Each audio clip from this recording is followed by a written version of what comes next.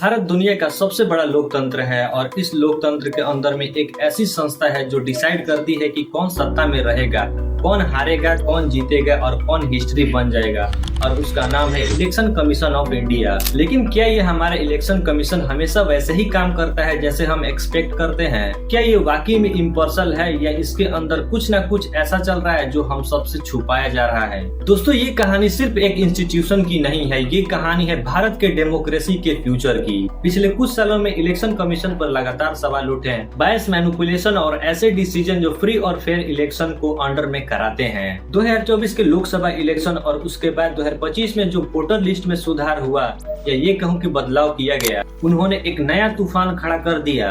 बिहार जैसे स्टेट में voter role में ऐसा डिलीशन हुआ जो किसी भी सीट के जीत हार के मार्जिन से भी ज्यादा था। सोचो, अगर किसी सीट का रिजल्ट 5000 वोट से डिसाइड हो रहा हो और वोटर लिस्ट में 10,000 नाम हटा दिए जाए, तो समझ रहे हो ना इसका मतलब? ये रिसर्च जो आप सुनने वाले हो, ये सिंपल फैक्ट का कलेक्शन नहीं है और ये सिर्फ इंडिया की कहानी नहीं, दुनिया भर में 2024 से 2025 के बीच 70 से भी ज्यादा कंट्रीज में 3.7 बिलियन लोगों ने वोट दिया। लेकिन जब इलेक्शन बॉडीज कॉम्प्रोमाइज हो जाती है तो सिर्फ रिजल्ट चेंज नहीं होता, पूरा सिस्टम टिल्ट हो जाता है, पॉलिटिशियन बदले जाते हैं और पावर एक तरफ शिफ्ट हो जाता है और हम जैसे आम लोगों की जिंदगी पर इसका असर पड़ता है, चाहे वो इकोनॉमी हो, इन्वायरमेंट हो या आपका बेसिक राइट। मैं आपको वार्न कर देता हूँ, जो आप आगे जानोगे वो शायद आपकी इलेक्शन कमीशन के बारे में सोच बदल दे। हम बात करेंगे कौन कौन इस गेम में शामिल है, वोट रोल टेम्परिंग कैसे होती है, ईवीएम्स में क्या लूप होल है और कैसे एक छोटी सी मैनिपुलेशन पूरे देश की फ्यूचर को बदल सकता है। और हाँ, मैं सिर्फ प्रॉब्लम को नहीं दिखाने वाला, हम इसके सोल्यूशन भी ढूंढेंगे, क्योंकि अगर डेमोक्रेसी को बचाना है तो एक्शन लेना होगा। हर कहानी के पीछे कुछ लोग होते हैं, कुछ चेहरे, कुछ नाम,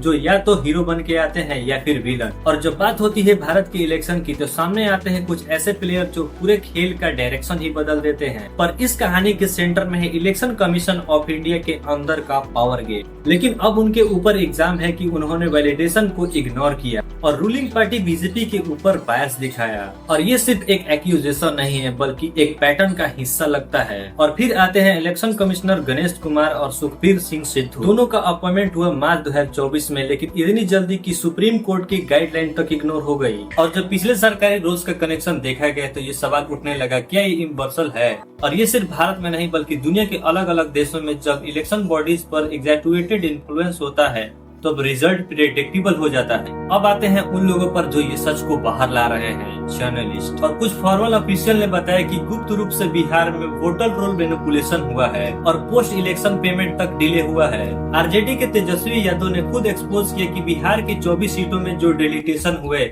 वो विक्ट्री मार्जिन से ज्यादा था। जर्नलिस्ट सुकेश पटेल और बेतवा शर्मा ने आरटीआई डाटा से दिखाया कि कैसे अपॉइंटमेंट पार्टीशन थी।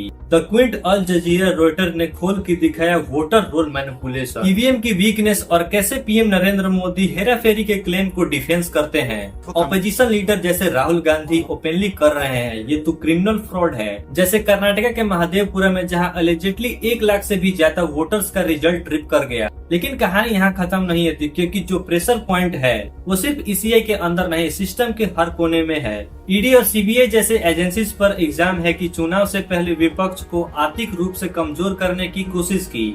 और आर्टिकल 324 के तहत इलेक्शन कमीशन को बिल्कुल निष्पक्ष होना चाहिए। ये इलेक्शन कमीशन एक्सपोज वीडियो सिर्फ ये एक डॉक्यूमेंट्री वीडियो नहीं है, ये एक मिरर है जो दिखाता है कि जब वोट सप्रेशन, रोल मैनिपुलेशन और बायस के साथ चलते हैं तो core democracy value, rule of law सब क्रैम्प हो जाता है। और जब बिहार में 124 साल के वोटर मिलते हैं या कर्नाटका में ऐसे एब्सर्ड नेम जहाँ आदमी के नाम के जगह पर XYZ या ABCD लिखा हो, तो ये सिर्फ फनी नहीं, ये डेंजरस है।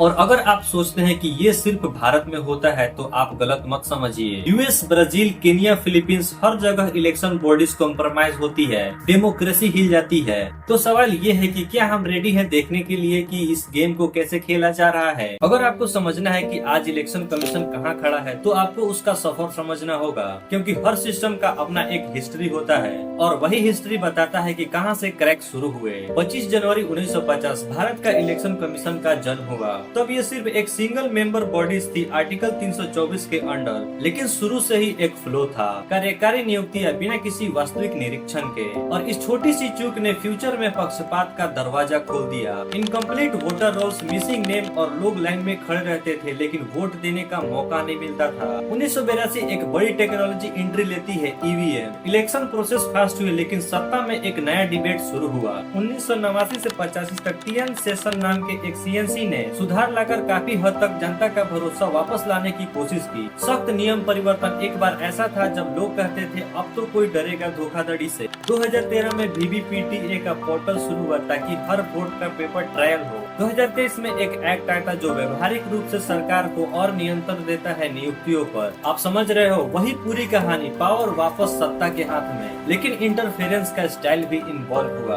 पहले होता था बूथ कैप्चरिंग, फिजिकल गुंडागर्दी और बैलेट बॉक्स उठाकर ले जाना, और अब होता है voter roll tampering, digital manipulation और disinformation campaign WhatsApp group में। जुलाई अगस्त 2025 में एक नया एग्जाम लगा। सुप्रीम कोर्ट को इंटरवेंस करना पड़ा। मतलब 75 साल बाद भी सिस्टम संकट में है। ज्योग्राफिकली देखा जाए तो सबसे ज्यादा घोटाला बिहार, महाराष्ट्र और कर्नाटका में क्लस्टर होता है। बिहार में वोटर डिलीशन का स्केल शॉकिंग है। महाराष्ट्र में राजनीतिक दबदबा काफी दिखाई दे रही है। कर्नाटक में फेक वोटर्स का ड्रामा। पर ये सिर्फ भारत का प्रॉब्लम नहीं। अमेरिका के जॉर्जिया स्टेट में मतदाता दमन का कांड हुआ। लोगों का नाम लिस्ट से चुपचाप हटा दिए गए। ब्राजील में अमेज़न के रिमोट विजिलेंस तक बैलेट बॉक्स पहुंचाना एक चैलेंज बन गया और इसी गैप में कदाचार घुस गया। केनिया में जनजातीय राजनीति में धांधली को बढ़ावा मिलता है और फिलीपींस में शहरी क्षेत्र में दंड से मुक्ति, मतलब जो मर्जी करो कोई रोकेगा नहीं। जैसे जैसे इलेक्शन डिजिटल हो रहा है वैसे वैसे इन्फ्लुएंस का लेवल स्मार्ट और इनविजिबल हो रहा है। अगर सतर्क निगरानी नहीं हुई तो हम वैसे भविष्य की ओर जा रहे हैं जहाँ वोट देना सिर्फ एक अनुष्ठान होगा, नतीजा तो पहले से ही तय हो चुका होगा।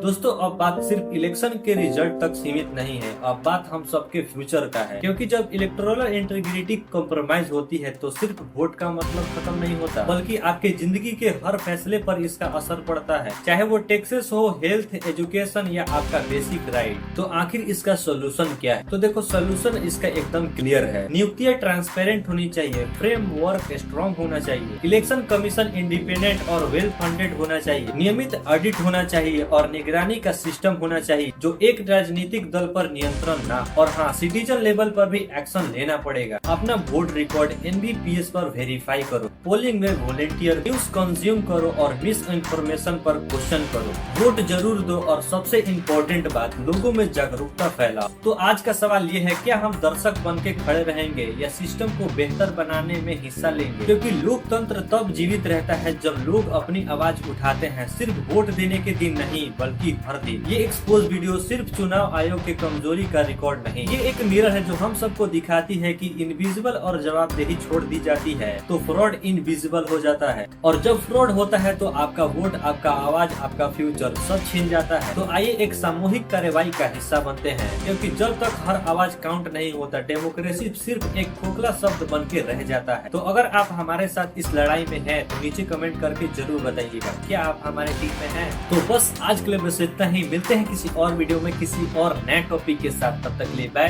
Thanks for watching. जय हिंद, जय भारत।